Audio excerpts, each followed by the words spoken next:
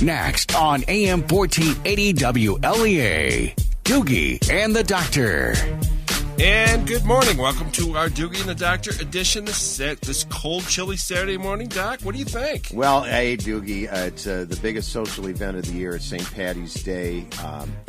It's a cold, damp, wet day. Hopefully the celebration won't be dampered by the weather. Anyway. Yeah, do you really think, Doctor, that this weather will have any effect on that parade? I don't. They'll be out in droves today. I couldn't agree with you more. We have a great guest, and Brian will be calling him momentarily. It is March Madness time at Doogie, and tournament time at the NCAA level. The big-time level is going on. A lot of great games. Syracuse lost last night. Fair had an awful game. Fair had an awful game, but we'll see how they got Grant back a couple games ago, and we'll see how they do. But I did watch Bonaventure, and they beat the number one seed in the Atlantic 10, St. Louis, the Pelicans, with Jordan Gathers hitting a three at the buzzer. Jordan Gathers, the nephew of the late Hank Gathers, who played for Loyola Marymount. But we have a great guest. We're going to call in. You talk about someone who knows the NCAA in and out. His name is Lanny Van Eman, and he's got a resume. It'll probably take me till 11:30 to read and introduce introduce his resume, because he's still in the early 70s involved in NCAA basketball. And when I do tell the listening audience his resume, they'll say no, and I'll say yes, and they'll say no, and I'll say yes. It's hard to make this up. It's that hard, because he has been a great one both at the playing level and, of course, the coaching level. Yes, and you said he's a real inept storyteller. Oh, he's a great storyteller, Doogie. And, of course, you want to know a little bit about my partner. That would happen to be you. And I told him, and so he threw out some names. He knows everybody. Yeah, he's going to throw some names at me. I can't wait. He knows anybody that's anybody in the world of basketball, and I will, as we introduce him, I think Brian's trying to get him on the phone as we speak. When I introduce him, he's played against some of the absolute best. Oh, good. All right, so his name is Lanny Van Eman, from the suburb of Pittsburgh. How old is he now? I'd say Lanny's in his early 70s. But if you're a basketball fan, he'll throw out some names that. All right, looks like we got Lanny on the phone right now. Ready? Here we go. Okay, Lanny, can you hear me? Very well, thank you. And if you don't mind, I have to do my introduction here. This may take till 11:30 our time, only 8:30. Briefer is better. Hey, ladies and gentlemen, on the phone with us today is someone who, when I tell you this resume, you're going to say no, and I'm going to say yes, and you're not going to believe it, but it is true. In high school, he was All-State, played against the great Wilt Chamberlain in the state tournament, took his talents to Wichita State, and if you're living under a rock and don't know that Wichita State, the Shockers, are undefeated this year and probably should be the number one team in the nation, but they will get a top seed in the NCAA bracket coming up shortly. Lanny he was simply one of the best players in Shocker history. He was drafted both in the NBA and Major League Baseball, played a year with the Yankee organization, but his old coach, Ralph Miller, of which the two of us have a little bit of a connection, Lanny more than I, said, Lanny, come on back. Come on back and help me coach. And during his coaching career, he had assistant stops, at Wichita State, West Virginia, North Carolina State, Iowa, Oregon State, was the head coach of the University of Arkansas Razorbacks and did some phenomenal things there. Also, an assistant coach during the Larry Bird Celtic days, and also with the Dallas Mavericks, and went to Europe, coached a team in Spain to a championship. He simply has done it all. great storyteller. I had the privilege and joy of meeting him last May, and I'm going to hook up with him hopefully again this year. Ladies and gentlemen, I'd like to introduce our guest, Lanny Vanny. Oh, by the way, Lanny, my co-host is to my immediate right, All-American at Penn State, played for the great Joe Paterno, took his talents to the NFL with the Seahawks, the Vikings, and the Giants. Bill Dugan. I'd like to introduce Lanny Vanny. Lanny, nice to meet you. My resume doesn't come quite close to yours. Oh, I'll tell you, Doogie, I've heard a great deal about you already, and the good sports doctor here has a way of embellishing everything, and I must say that he made me start puffing out my chest when I thought, who the hell is that guy that he's talking about? Well, from everything I've heard from our mutual friend, Dr. Rogel, I probably haven't said enough. Anyway, Lanny, I'm going to pick your brain about a lot of things going on in the NCAA as we speak. You have so covered and so been a part of this phenomena, I call it. It's phenomena. Everybody's excited during this time.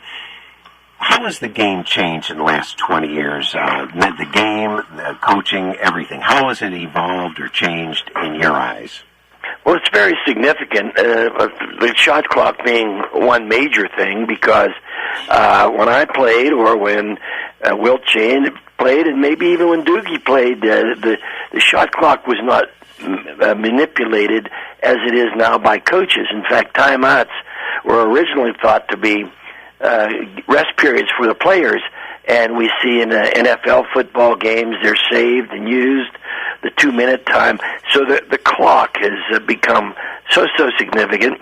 More recently, I think the officiating is changing quite a bit. There's the NBA is having that influence, and the NBA was changed itself maybe as a forerunner before college, because they wanted entertainment. The media wanted entertainment, and so now they allow players to take 3 or 4 steps. They call it the European 3-step. They also let the players put their ball in their hip and run like Walter Payton for wherever they want to go through a crowd. So it's different. I can't even say, for an old-timer, it would be easy to say, oh, it's not as good, or I don't like it. But it's just part of so many things that are changing. And the way the NC2A is, and the television stations that are covering it, the public must love it. Do you think the 35-second clock, now we follow Syracuse around here, and they've been scoring in the mid-60s this year as opposed to years past. Is the 35-second clock, in your opinion, a little too long? Should they shorten it a little bit? What do you think? Well, no, if they shortened it a little bit, I would resist making the change that Danny Biazon, the owner of the Syracuse Nationals, insisted on in the very early 70s. But I would say 30 seconds would be fine. 35 I can almost live with. I'm not sure I like the ends of the games where there's deliberate stall tactics, but that would not be one of the major things that I would try to change, but it probably would influence it for the better. These kids, and especially at the professional level, they're bigger, they're faster, obviously they're stronger. It's an evolution of time and nutrition and strength and everything else. I watch these guys go up for dunks, and I see their head even with the rim. Of course, that's not going to change. But what about the size of the court? And also, part B here, these kids are knocking the three-point shot down as if it's a foul shot nowadays. And even in the NBA, which it seems like it's another time zone when they put these things in, do you think the three-point shot should be a little bit further back? Do you think the size of the court should be a little bit bigger? What do you think? Well, I hadn't given as much thought as, say, Pat Riley did, but even when he was still coaching in New York, he made a statement that kind of stuck with me, and he said that he thought basketball teams would eventually become 5 players, all of 6'9", but were very athletic. And I listened to that, and several teams, including his former team, the Lakers, at times did exactly that. However, he has more recently, Pat Riley, the president of the Miami Heat, suggested that the court be widened, and he made it sound better than it is, but a foot to either side, which meant 2 feet wider and 3 feet at each length. Now, the basketball court is 94 feet by 50 feet. An interesting sidelight is that FIBA, that's international basketball, has been approximately 90 feet for years, and just about 2 years ago they made a commitment to say it has to be at least 90, but they wanted larger courts, and that meant that they were adapting to the NBA, and I suspect the NBA will adapt to what Pat Riley suggested. They almost have to, by making the courts larger somehow. It may be a long process, though, because so many courts and stadiums are limited by structure. You know, not since Wilt Chamberlain changed many of the parameters of the game because of his dominance and his size and so on. We don't see, that big dominant center. Yes, indeed, the Pacers have it, and a few of the colleges do, but we don't see that big dominant center. Why do you think college got away from that big guy, or what he is responsible of doing? You don't see him scoring as much. I think probably the genesis of that was the Olympiad. I think it was 3 ago, but it might have been 4, where we lost. It might have been in the World Games, and we lost to 2 European teams, and their big men were out shooting 3-point shots. And I think FIBA, that's probably the only thing that FIBA, that's the International Basketball Federation, has done to impact our game here.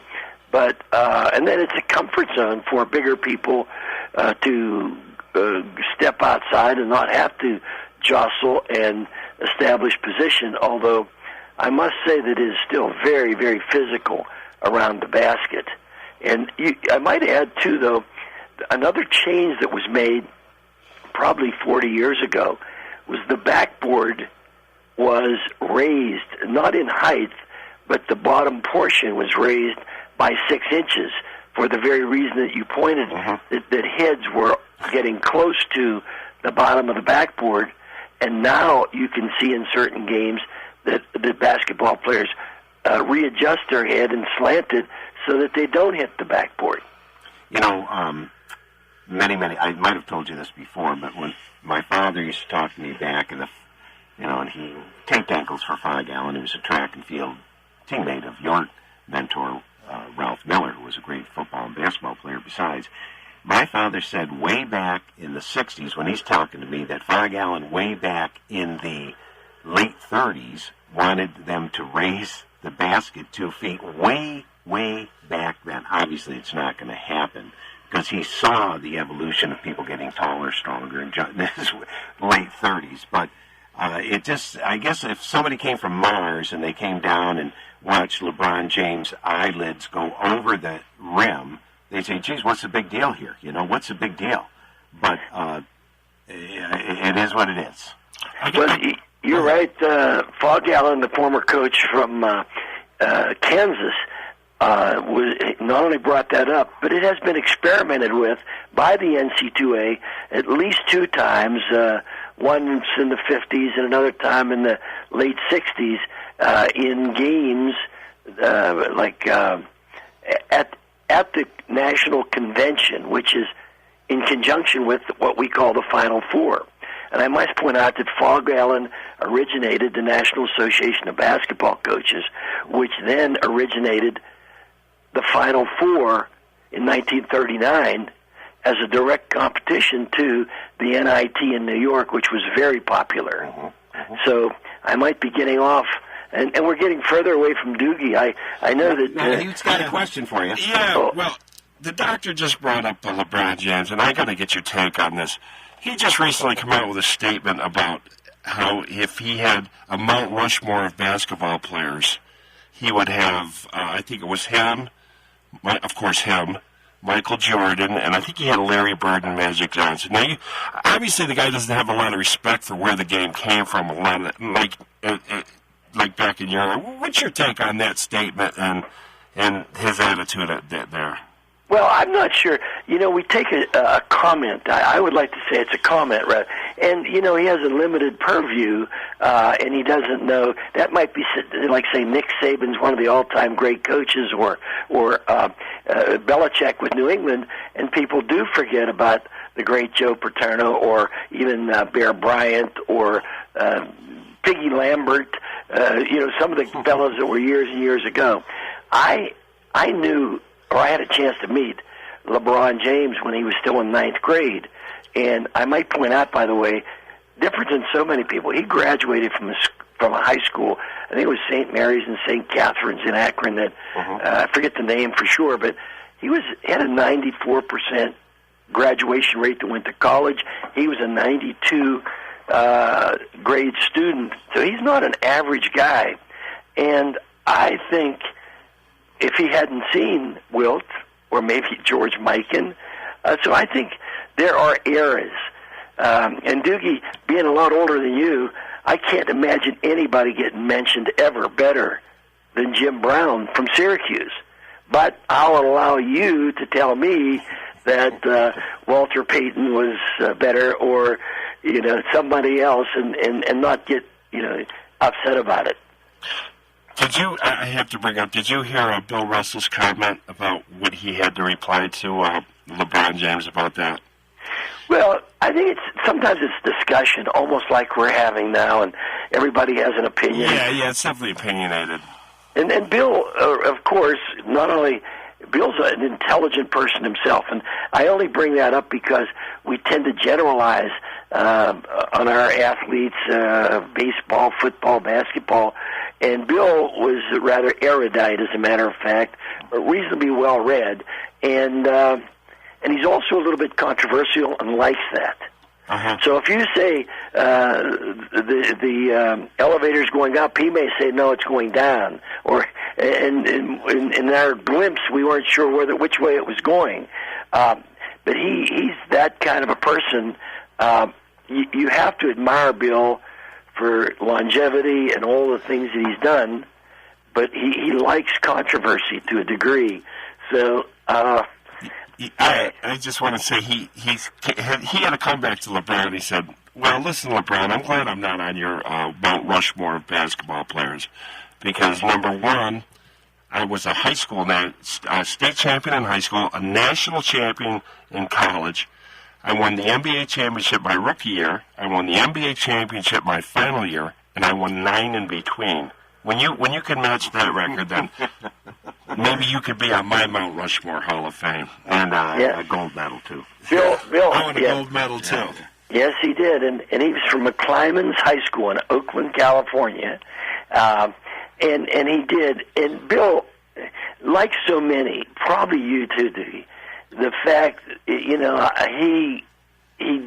had good fortune to be surrounded by good other people around him. And even, it's unusual that a man his size could make other people better. We all talk about the guards, the point guards, or even the quarterbacks being so conscious of the other players around him. Bill, at every stop, though, and many times I think back at myself, having been involved in championship teams, but then I take a second breath and say, boy, I was lucky to have these one or two other guys as teammates, or I was lucky to be working with Hall of Fame coach Ralph Miller, or today I'm lucky to be with Doogie and the sports doctor. Oh, come on, lady. Listen. Let me embellish things, all right? By the way, if you're just joining us, we're with one of the great basketball minds simply on the planet, Lanny Van Heeman, who has done it all. He has simply done it all. Getting back a little bit to college basketball, when you're watching games, and Wichita State, by the way, your alma mater, I should say, is 34-0, and you were one of the greatest players in the history of that institution. And don't tell me you weren't, because you were. I've read all the bios. So, do you think do you like the mid-major label they give Wichita State? How do you perceive the BCS, the big-time colleges, and the mid-majors, and why have supposedly mid-majors come up to the bar, so to speak, to the big-time schools? Well, for openers, I would say Title IX, almost 30 years ago, changed things so dramatically in that there are limitations on scholarships. Bill O'Brien at Penn State last year never did get back up to the 85 football scholarships. I think he was able at one time to get up to 53 or 58. But basketball, when I went away to school, we had 15 full scholarships on the freshman team. Now, basketball has 13 to use for all 4 years. And so the parity thing has come about. And then because of the enormous impact, whether it's the bowl system in football, we now have what they call BCS schools.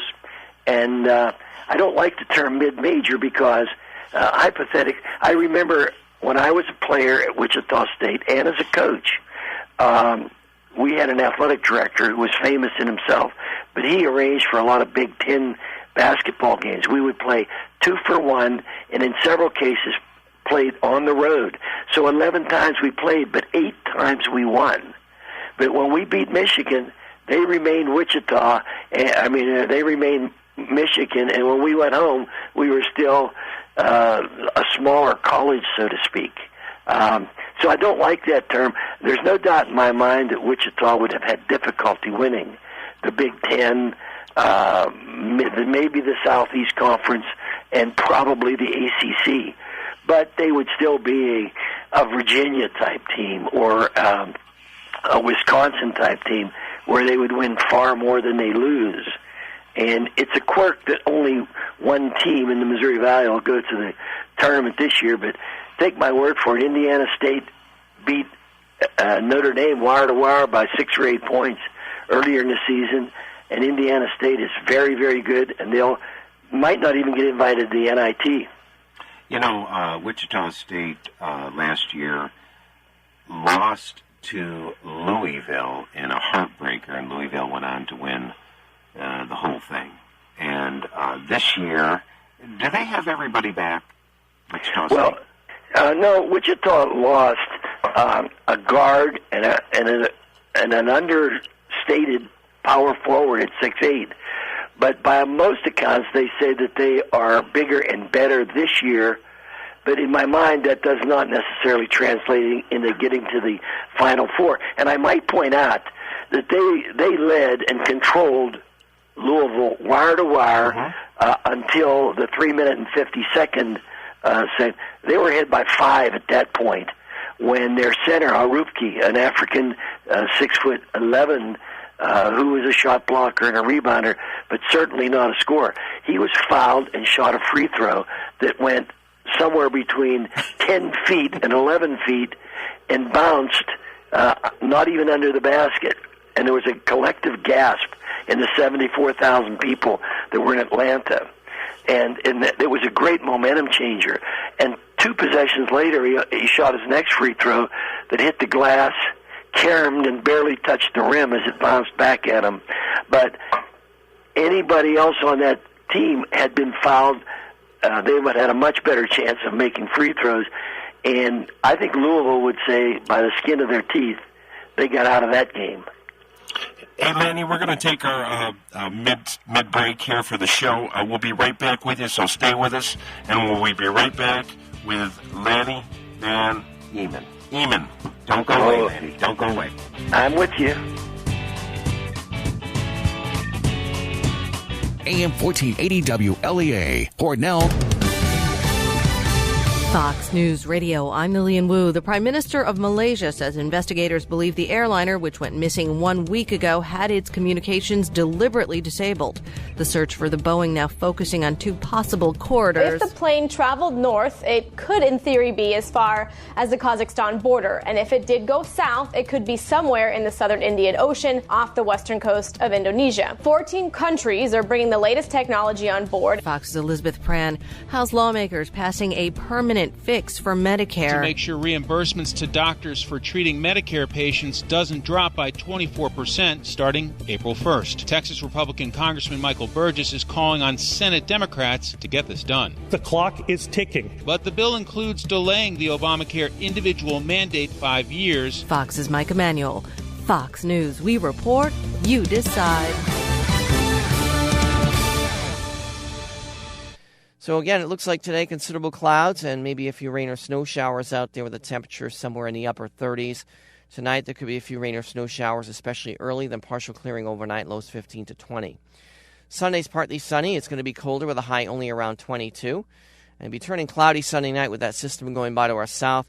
We'll have a low around 10 degrees, and then we'll have clouds and some sun Monday with a high 24. And Tuesday should be a mostly sunny day. Highs will be somewhere 30 to 35 degrees. The Canisteo Rotary Club's 10th annual penny sale is coming Saturday, April 5th to the elementary school gym in Canisteo with 300 prizes given away in 3 rounds of 100 prizes each. Special activities for kids, fun for everyone, and a big prize event at the end of the night. What is a penny sale? Well, come and find out. You'll have a great time and probably win a prize or 2 or more. Doors open at 5:15. The first round of drawings begins at 6 sharp. Tickets are just $1. Buy multiple tickets and improve your chances of winning, but each ticket stays for the entire round, even if you win a prize. So with 1 ticket, you have 100 chances to win. That's just a penny a chance. The Canisteo Rotary Club's penny sale, fun for the whole family. Saturday, April 5th at the Canisteo Elementary School gym. Food available at the snack bar outside the gym. Make plans now to attend. Don't miss this one-of-a-kind event here in the Southern Tier. It's a blast. Those are the sounds of 90% of New York taxpayers filing their taxes electronically. These are the sounds of e-filers receiving their refunds twice as fast. E-filing is safe, secure, easy, and free. Visit tax.ny.gov to join the 9 out of 10 New Yorkers who choose e-file. New York e-filing. Your cash is just 1 click away. Sponsored by the New York State Department of Taxation and Finance in cooperation with the New York State Broadcasters Association. The voice of the Valley. Your news talk station. AM 1480 WLEA.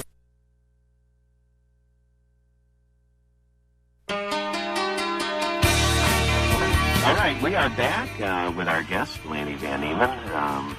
I can't go through his resume again because we only have about 25 minutes left, and it's going to take much too long.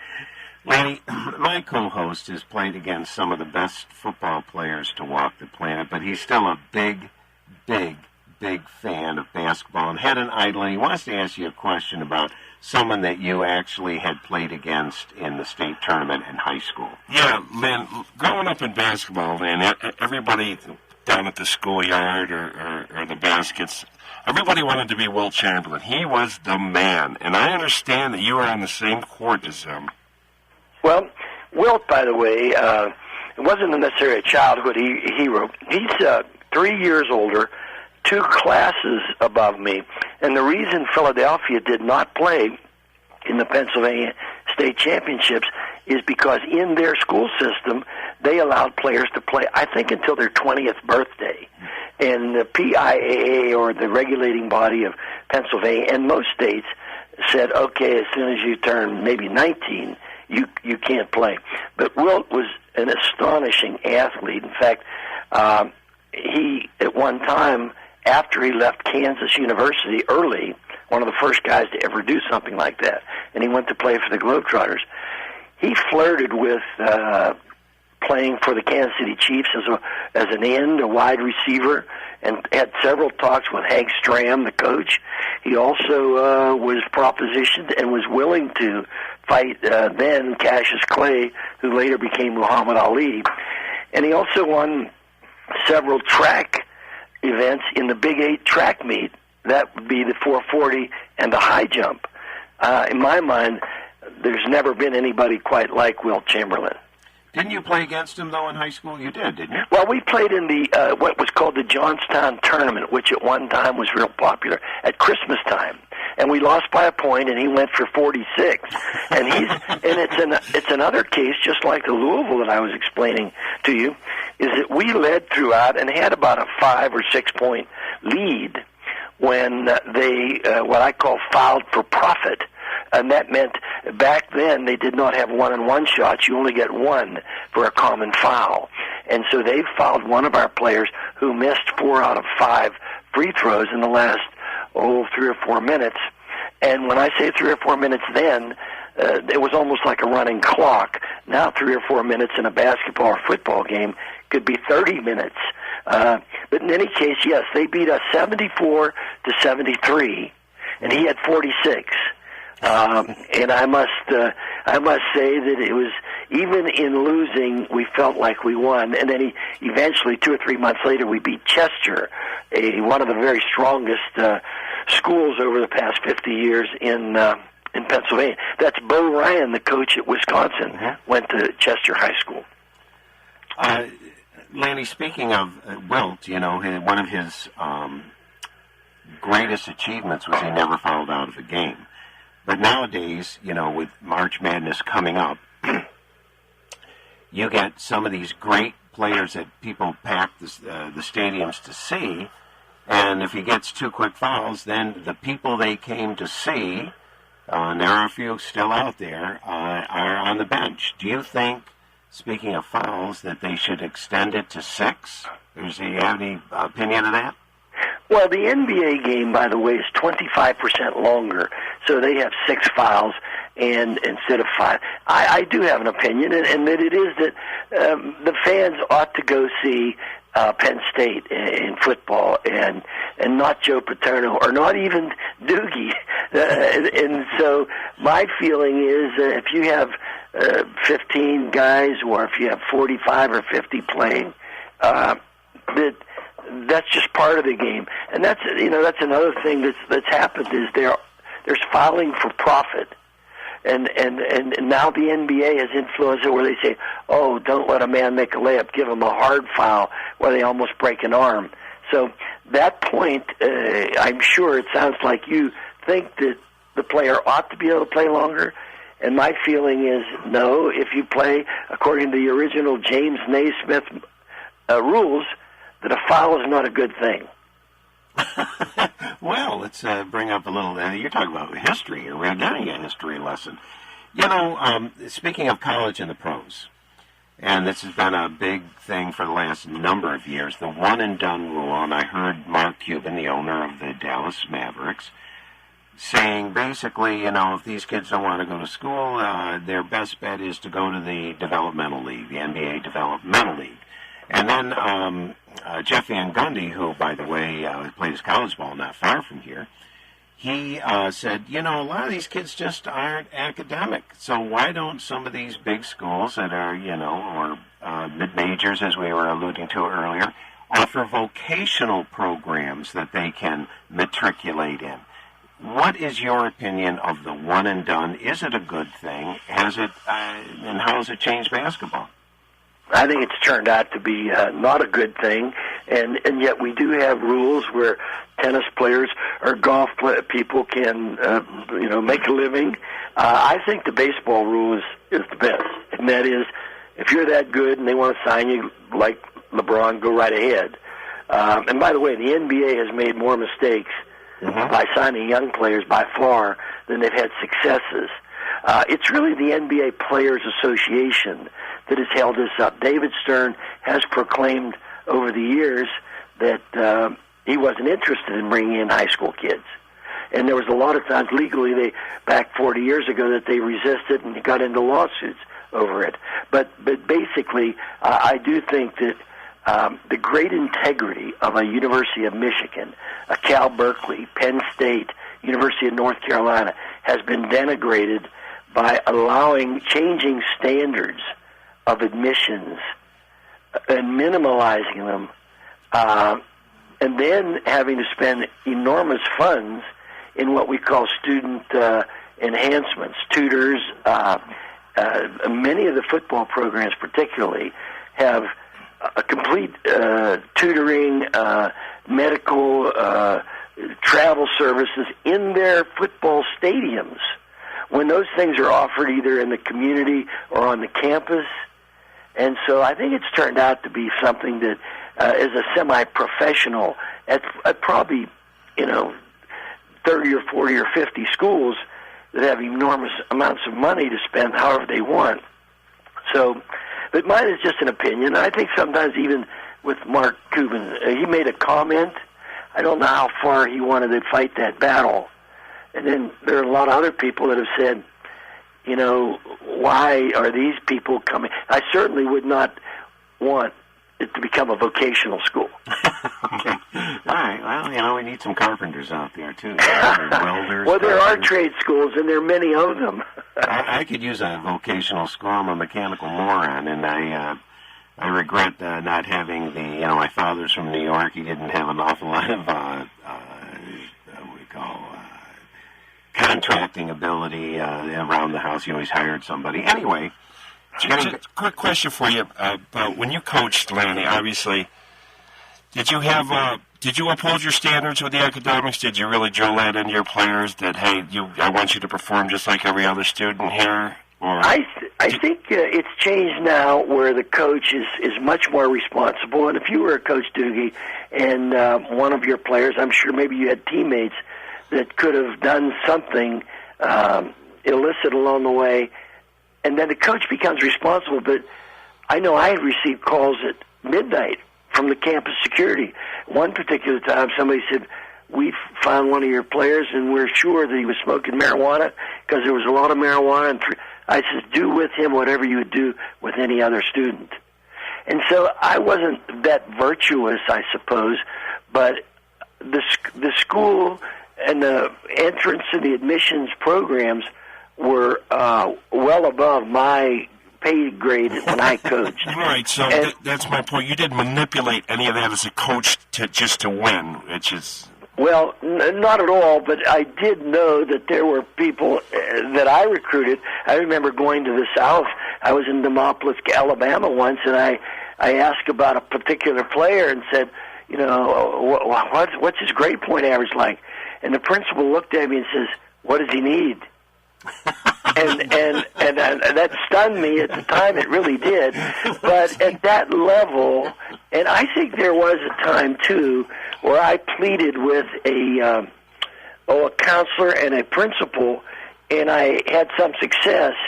That this particular player was allowed to go back and retake some tests and maybe get a grade change, not after graduation, but about 3 weeks before, when it was evident that he was either going to make a deal. And the kid did pass, and yes, he played at a university, and I shouldn't mention that one, but it's a great state university. And so the answer is probably to some degree, yes, I tried to influence, but my period of time was the admissions director and the registrar and the people above me. They were in total jurisdiction, and I didn't have much to say about it. Lanny, kind of diverting a little bit from that, officiating. It went viral, Jim Boeheim going ballistic over what he thought was a blocking foul when they were playing Duke a few weeks ago.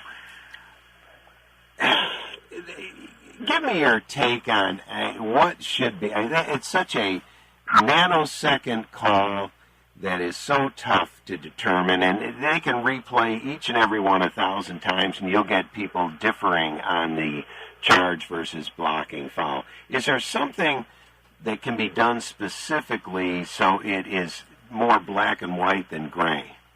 I think not. And once again, the entertainment business, I can still remember Jeff Van Gundy when he was first got out of the coaching business, and on the television, he's responsible for making the term flopping, and they were so much against it, and he really, and now that term is universal. But I think there is a position now where I see players running full speed ahead, like Jim Brown would run, and some other player innocently trying to even get out of the way, and he's called for a foul. And so the answer is it's virtually impossible to legislate. Or, the NBA loves the dunk, so they'll allow Blake Griffin and some others to come from out of nowhere and leave the court at the free throw line and to make a shot. And I think players get hurt more often than not by how they land. And so I think what the television would like, what the media would like, and you and Doogie are part of the media, is more dunks and more block shots and more spectacularity. But officials are probably better than ever, but I think they've been asked to do something that's virtually impossible. Speaking of virtually impossible, can you, Lanny Van Eman, who's got decades of coaching experience at the highest level, can you watch a basketball game for the pure entertainment, or are you watching the offensive schemes and the defensive schemes and what the coach is going to do? Can you enjoy a game for what it is with all your experience, or do you dissect it yourself? I mean, do you really get behind more than the entertainment? Well, I've gravitated more to the entertainment aspect of it, or maybe the competitiveness of the game. I still do see a lot of things that maybe you wouldn't see, but Doogie would, as far as strategy and technique. Well, hey, let's not give Doogie all that kind of. Come on. He's a football player. I still agree with you on this, Stephen. But as it turns out now, I think I get emotionally attached sometimes when a former player is playing or coaching. Whether it was the Gary Paytons or the A.C. Greens. But I've got 4 or 5 guys now coaching in the NBA that I was involved with, either recruiting or college, where I got to know very well. And so I sort of pull for them. And who would they be? Who would, if you don't mind me doing some naming here, who are those players or coaches? Well, as it turns out, and by the way, I had a lot of football people that I worked with, the Bill Parcells, the Wayne Fonts, the Jerry Burns, it goes on and on, Joe Gibbs, Jimmy Johnson. At one time, we all worked at various schools together, and now they've ascended, and I'm sitting out here in my rocking chair in Scottsdale, Arizona. But, the head coach at Denver, Brian Shaw, and then his assistant Lester Connor, and I like Terry Stotts over in Portland, for example, that I've been involved with over time. And I go back with Mike D'Antoni from when he was still a player from Mullins, West Virginia, and I coached a team in Buenos Aires, Argentina, when Mike D'Antoni's Benetton of Treviso came in a World Cup game, and he was still a player. And Mike was probably 30 at the time. So there's just a lot of people that I have a little closer affiliate, or maybe I've had dinner with them a time or two, even if I didn't coach them. But more often than not, it doesn't help for me to be pulling for anybody. Lanny, could you tell my co-host Doogie the Bill Parcells Pizza, Wichita State? I know he was a offensive tackle. Maybe that's right. He played for Wichita State. Yeah, that's right. Yeah. Tell him the pizza story, and maybe that place has gone bankrupt because of the big tuna. Well, Bill, they called him the Big Tuna, but he was actually had a worse body then than he has now. His brother played at Army, by the way, but Bill transferred from Colgate. Hank Foldberg was the coach, and I only bring that up because he was the great end on Army's 1945 and 46 nationally ranked #1 football teams. And so Hank Foldberg came and brought Bill Parcells as a transfer from Colgate to Wichita. And Bill played on a championship team at Wichita, and they actually played in the Sun Bowl, I believe it was, in El Paso. And he was one of about 4 or 5 guys that were drafted. But Bill worked, and I must have been the summer because we weren't allowed to work, and nobody would understand it, but Bill, I can still see him wearing a white apron up under his breast, and he reminded me so much of Jackie Gleason. Jackie Gleason had a skit, not just the Honeymooners, but he had one called Joe the Bartender. And Joe would belly up, and Jack had that white apron up there. Well, Bill at that point was still a very regular guy, and we'd come in and ask him to, whatever we did, he was very accommodating. But almost more important than that, I was a private pilot myself. I flew small airplanes, and when I was started my coaching, I flew Dean Pryor from the Wichita State staff to Hastings, Nebraska, to become a head coach there. Well, 2 weeks later, I flew Dean as well back up to Hastings because after his interview, he got the job. And Bill Parcells and Jim Maddox, two fellows that I shared in the same dormitory with, they later became his assistants. So Bill Parcells' first paid coaching job was in Hastings, Nebraska, and I was somewhat involved there because I was part of the interview process for Dean Pryor. Oh, well, I'm weaving a story that few people can follow, but I can relate to you about Parcells. I had the pleasure of playing for him when he played for the Giants, when I played for the Giants. Yeah, when I played, yeah.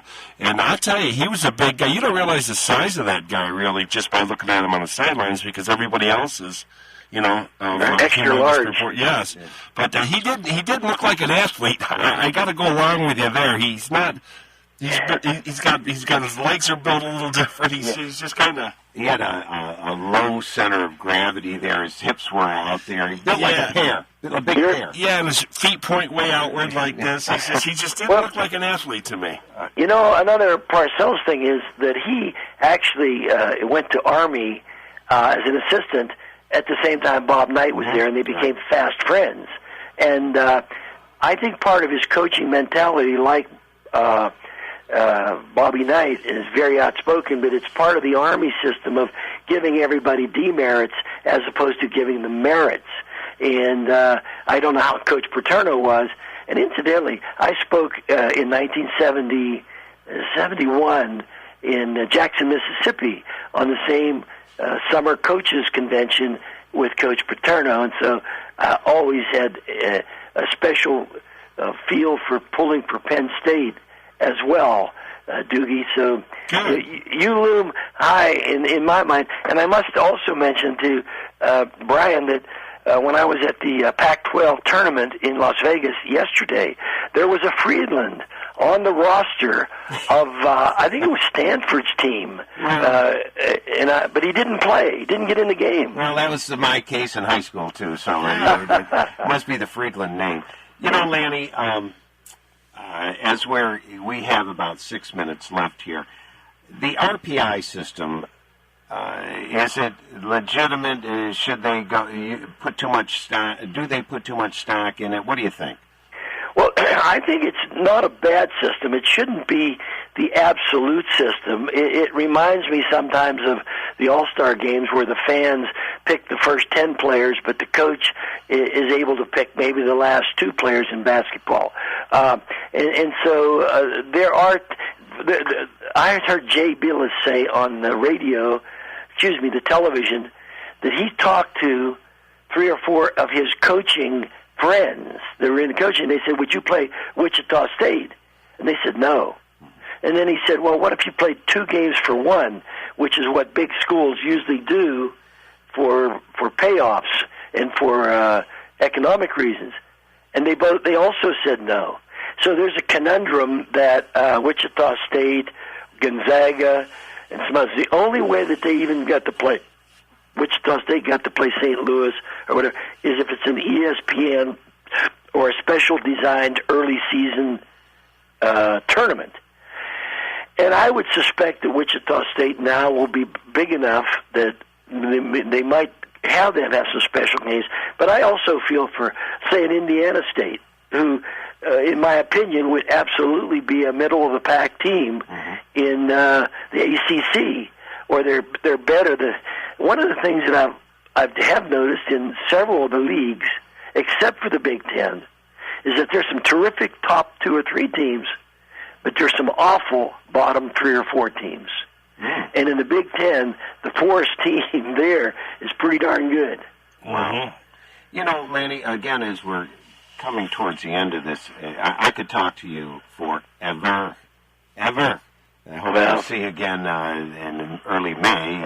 Bogey's got me a seat somewhere in that big banquet room at the Sheraton.